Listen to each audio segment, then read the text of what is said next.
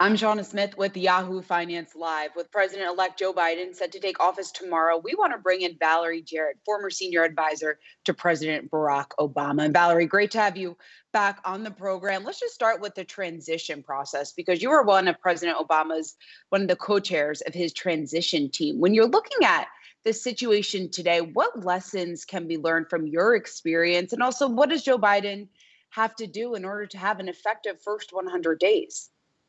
Good question, Sean. Hello. I'm delighted to be with you at this historic moment in our country.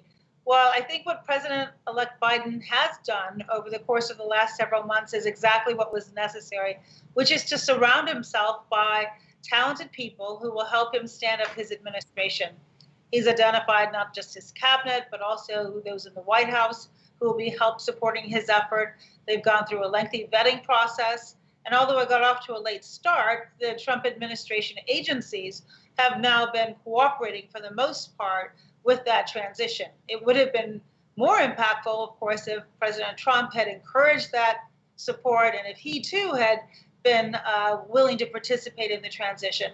But the good news is this, that President-elect Biden, Vice President-elect Harris have breadth and depth of experience in order to be able to hit the ground running. And then the next step after tomorrow is to get to work.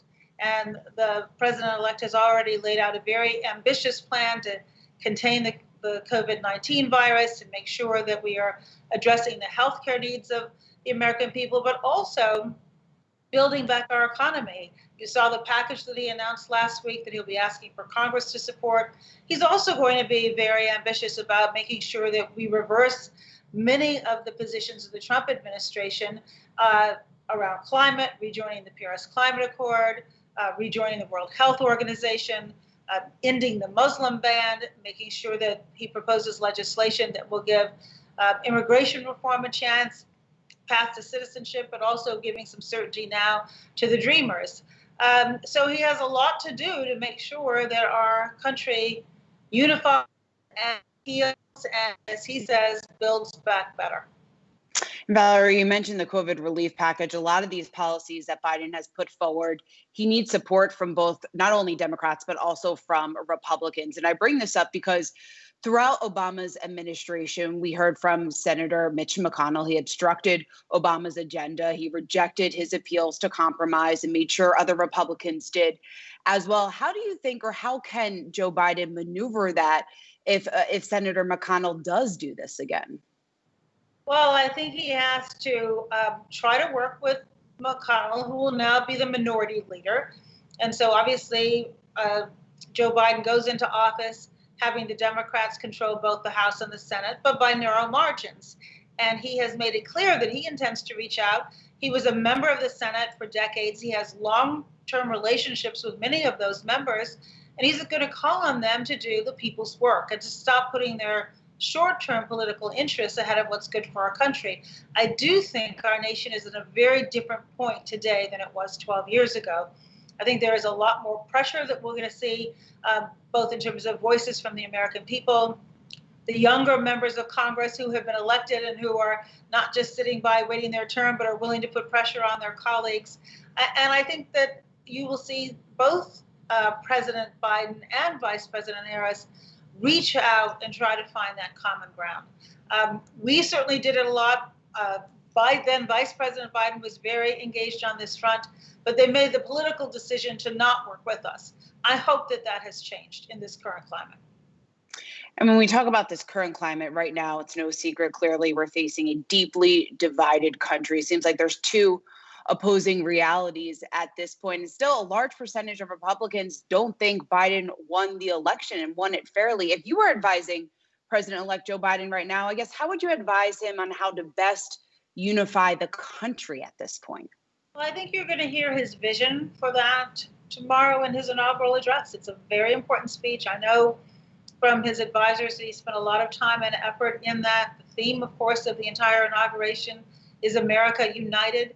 He is well aware of the divisions in our country and committed to being not just the president for those who voted for him, but the president for all of America. So I think you'll see both in his tone, in his outreach, and in the way he comports himself as president, as someone who will invite in all parties and try to look for how to move forward, not to get exactly everything he wants, but the art of what's possible. And I think that that's a strength that both President-elect Biden and Vice President-elect Harris have. When we talk about everyone's voices being heard, I think it is interesting when you take a look at what President Trump is going to do. He's leaving DC before the inauguration tomorrow. When we talk about the need to unify and bring everyone together here, what message, though, does this send to his supporters, to President Trump's supporters? And also, do you think it makes it harder for President-elect Joe Biden to unify the country at this point? Well, sure, it makes it harder. I mean, the events of January 6th that led to the president inciting his supporters to go to the Capitol and try to overthrow the democracy in action, the certification of the new president and vice president, is unprecedented in our history. But I would hasten to add that many of the actions we've seen from President Trump since he's taken office have been inconsistent with the norms that have been established by all of his predecessors. So we should not be surprised that he's leaving town in advance of the inauguration. I have a bunch of photos that I took on Inauguration Day in 2017 when President and Mrs. Obama welcomed the Trumps to the White House. That was a hard day for all of us, but you rise to the occasion. And in this case, President Trump is opting out of doing that. Will it make it harder? Sure it will. Would it have been a lot easier if he conceded the election after it was called and said to his supporters this was a lawful election and we should show our support for the new president? Yes. It makes President Biden's job as president harder. Is he up to that challenge? You bet you. But it didn't have to be this way. But in a sense, it is what it is. And I am confident that you will see, beginning with President-elect Biden's speech tomorrow when he's sworn in as president, a message that I hope will resonate deeply all across America and, in fact, the world. Because keep in mind, the President of the United States has always been that beacon of the symbolism of our democracy around the world.